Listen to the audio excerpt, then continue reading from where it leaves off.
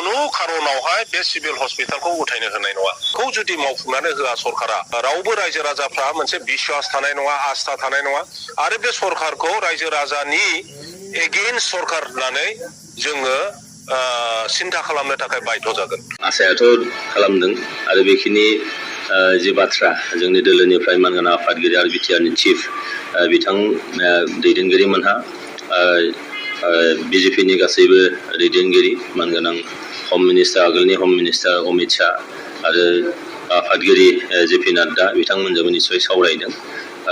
जोंनिफ्राय जाहाथे एबारनि नरेन्द्र मोदी दैदेननाय सरकाराव सासे जाहाथे बोरैबाय मोननो हायो मन्त्रि हिसाबै मोननो हायो बे बाथ्राखौ बुंनाय जादों।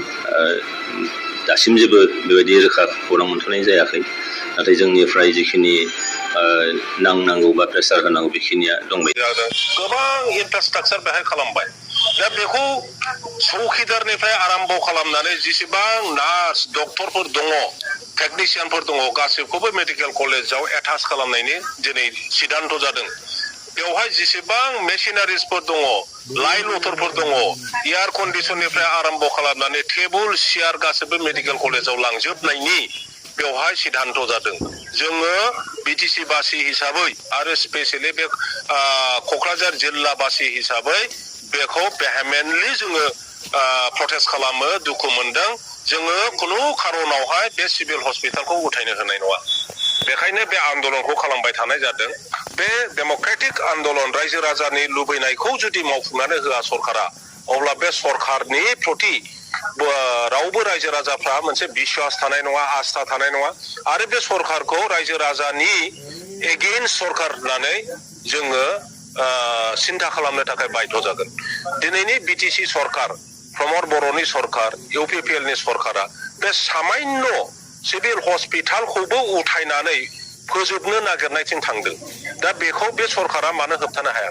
आं मोनसे खावलायनो लुबैदों, दिनै क'क्राझार बासिया बेवहाय रायजो जानाय, नोङो मारवारिखौनो बुङो, बिहारिखौनो बुङो, बङालिखौ बुङो, असमियाखौ बुङो, बर'खौ बुङो, आदिबासिखौ बुङो, नाथजुगि, सुत्रधर जेसेबां जाथि गस्थि दङ, जोङो गावनि जाथिखौ दिनै दानायथों, गावनि पार्टिखौ दिनै दानायथों।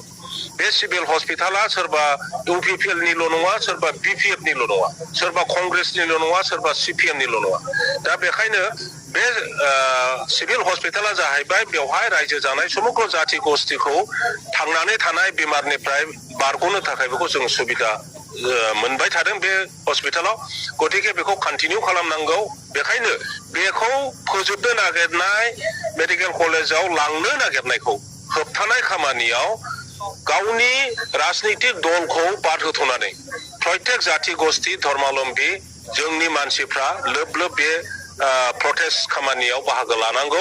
आङो खावलायो बाङालि भाइफोरखौ, आङो खावलायो बर' भाइफोरखौ, आं खावलायो असमिया, मारवारि, बिहारि, आदिबासि, नेपालि जेसेबां जाथि गस्थि दङ, बयबो दिनैनि बे सिभिल हस्पिटाल उथायनो नागिरनाय होबथानाय खामानियाव जेन' बयबो बाहागो लायो। सिभिल हस्पिटाल होननानै बुङोब्ला बेनो बे ओनसोलाव प्रथम गायसनजानाय। दा बे हस्पिटालखौ रुपनाथ ब्रह्मनि नामाव मानो दोननाय जादों? रुपनाथ ब्रह्मखौ खालि मोनसे समनि मन्त्रिमोन बे महरै दानाय। 1901आव जेब्ला पार्टिशन अफ बेंगल जादोंमोन, वेस्ट बेंगल आरो इस्ट बेंगल खालामदोंमोन, बे समावहाय फुराना गवालपारा जिल्लाखौ समग्र बे क'क्राझार, चिरां, बङाइगाव, गवालपारा, साउथ मा होनना बुङो बे गोदान माबाया, बेनिफ्राय धुबरी, बे जिल्लाखौ बै समावहाय इस्ट बेंगलजों सामिल खालामनो नागिरदोंमोन। दा बे प्रसेस्टाफोरखौ प्रटेस्ट खालामनानै दिनै आसामनि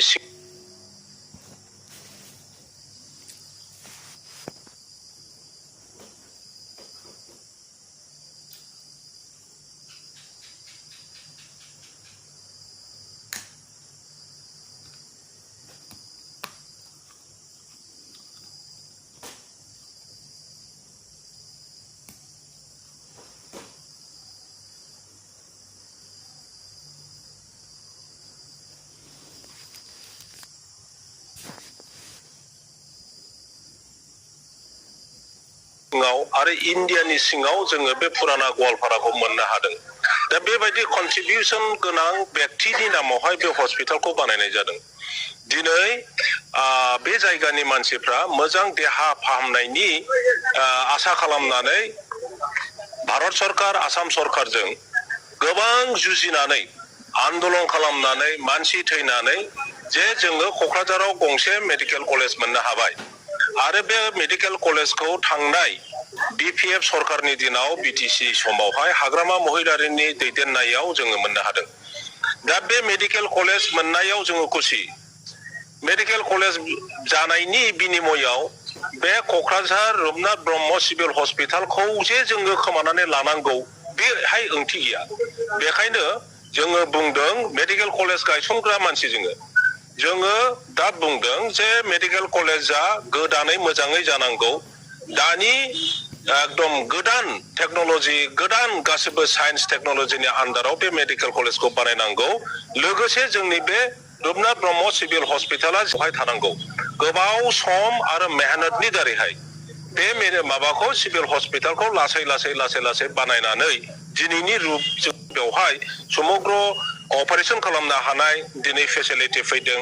बेवहाय जिखुनु टेस्ट खालामनो हानाय बेमारिफोरखौ बेवहाय गोबां इनफ्रास्ट्राक्चार बेहाय खालामबाय। दा बेखौ चौकिदारनिफ्राय आरम्भ खालामनानै जेसेबां नार्स डक्टरफोर दङ टेकनिशियानफोर दङ गासिबखौबो मेडिकेल कलेजाव एटाच खालामनायनि दिनै सिद्धान्त जादों।